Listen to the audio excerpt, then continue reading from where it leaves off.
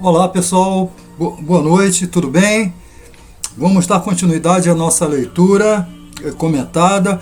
Ontem nós falamos a respeito do início do discurso de Pedro, quando ele faz citação ao profeta Joel, acreditando que aquele episódio chamado Dons de Línguas Estranhas, né?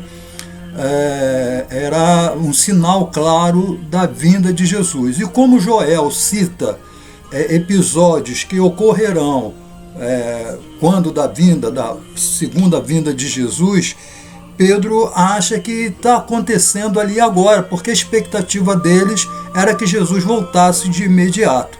Então Pedro entendeu o que estava acontecendo ali, então ele faz a citação e explicando que aquilo que estava ocorrendo ali era justamente o derramamento do Espírito Santo, que realmente era verdade, com objetivos evangelísticos, né? É aquilo que nós poderíamos chamar tecnicamente de evangelismo em massa. Vamos continuar lendo, né? O Pedro faz o seu discurso, lembrando que Pedro era um sujeito inculto, né? Um sujeito de poucas letras, mas a gente pode perceber aqui que no seu discurso um grau muito elevado de cultura. Quando nós começamos a falar sobre o livro de Atos, eu disse que o livro de Atos nos ensina a ser igreja, o livro de Atos nos ensina a pregar. Preste bem atenção de como Pedro faz a pregação dele. Tá bom? Agora nós vamos continuar a partir do verso de número 22. Lembrando sempre, o meu WhatsApp, meu telefone estão abertos, tá? Bem como o Facebook. Vamos continuar o discurso de Pedro. Depois que ele faz as citações de Joel, eu pedi para que lessem Joel capítulo 2, Pedro assim continua. Varões israelitas, atendei a estas palavras. Jesus, o Nazareno, varão aprovado por Deus diante de vós com milagres, prodígios e sinais, os quais o próprio Deus realizou por intermédio dele entre vós, como vós mesmos sabeis, sendo este entregue pelo determinado desígnio e presciência de Deus. Vós o mataste, crucificando-o por mãos de iníquos, ao qual, porém, Deus ressuscitou, rompendo os grilhões da morte, porquanto não era possível fosse ele retido por ela. Porque a respeito dele, diz Davi, diante de mim via sempre o Senhor, porque está à minha direita, para que eu não seja abalado. Por isso se alegrou o meu coração, e a minha língua exultou. Além disso, também a minha própria carne repousará em esperança, porque não deixarás a minha alma na morte, nem permitirás que o teu santo veja corrupção. Fizeste-me conhecer os caminhos da vida, encher-me-ás de alegria na tua presença. Hoje a gente para aqui. Então, após as citações que ele faz de Joel, ele já entra falando sobre Jesus, dizendo que Jesus esteve no nosso meio e por determinação de Deus, ele usa a expressão aqui, determinado desígnio, né? Desígnio é vontade, pela vontade de Deus, né? E pela presciência de Deus, não confundir presciência com predestinação, tá?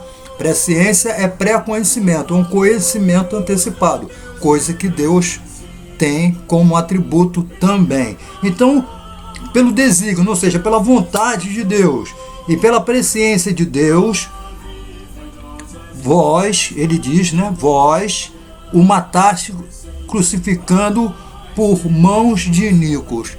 Então, homens iníquos, homens injustos, homens indignos, mataram Jesus crucificando-o na cruz. É isso que Pedro está falando.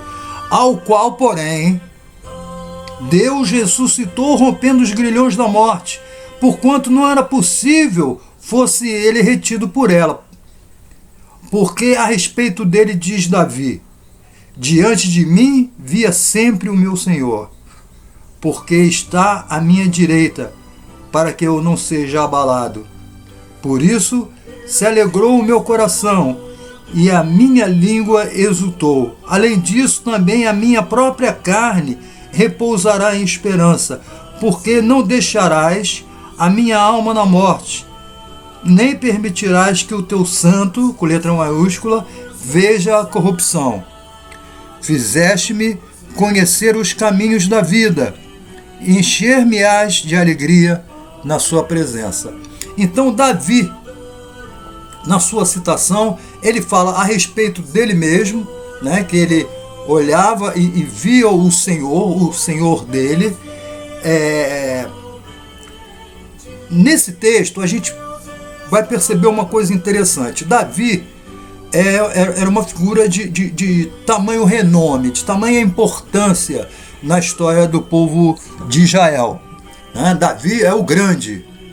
Mas diante desse trecho, Davi se coloca abaixo de Deus, de Jesus.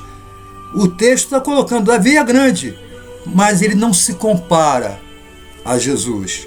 Ontem eu falei que não existe força nenhuma que se iguale ou sequer chegue perto a Deus. Deus não tem inimigo.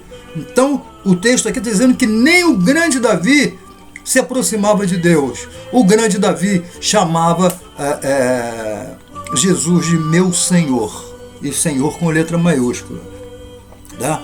Então ele está falando da alegria que o Senhor dava para ele quando ele podia perceber os benefícios que Deus tinha para ele e as promessas que Deus tinha para ele, e que ele tinha absoluta certeza que iriam se cumprir, apesar de Davi ser quem ele era.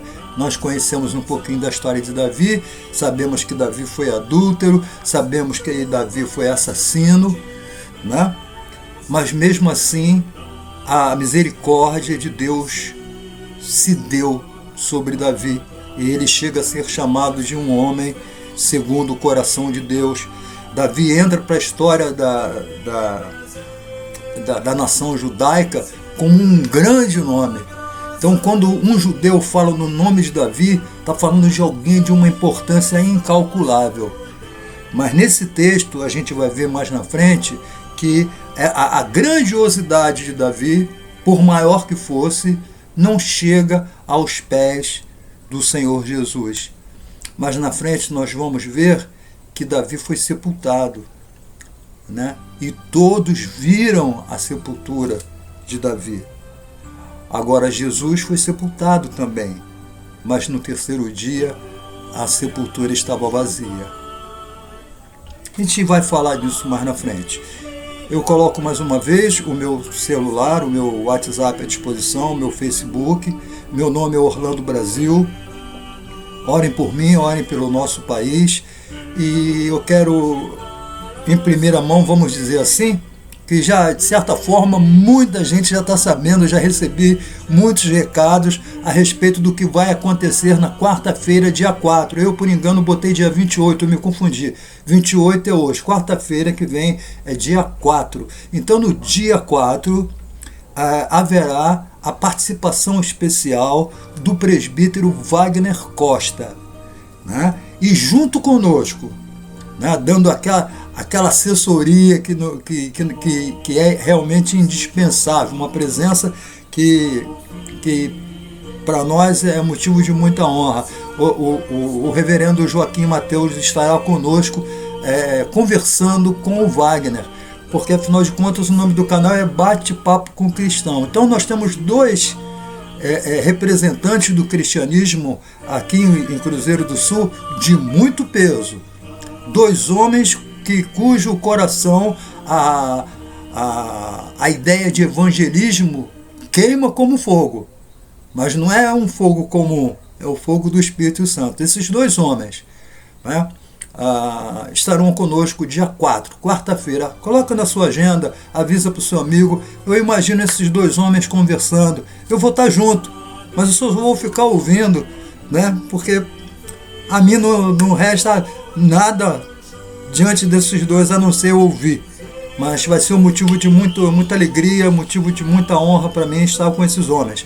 Dia 4, quarta-feira que vem, no canal Papo com Cristão, o presbítero Wagner Costa, o locutor, no comunicador de Deus, Wagner Costa, e o reverendo Joaquim Mateus, né, homem de Deus, homem consagrado, ambos, né, estarão batendo papo.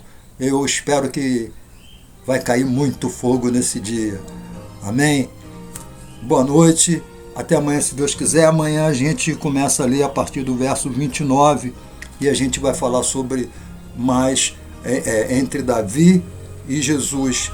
Né? Pedro fazendo uma comparação dos dois para mostrar para os judeus que Davi era importante. Claro que era. Foi o grande rei de Israel. Mas Jesus é incomparável. No meu tempo chamava corinho, né? Hoje eu chamo de louvor, né? Eu acho que é isso. No meu tempo chamava de corinho. Tem um louvor que diz assim: incomparável, né? Sua voz ecoa como um trovão. Senhor, incomparável és. Essa música é muito linda. Então, até amanhã, pessoal. Perguntas no WhatsApp, perguntas lá no Facebook, no telefone, tá bom?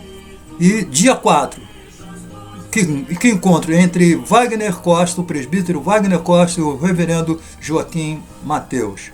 Uma boa noite, orem por nós.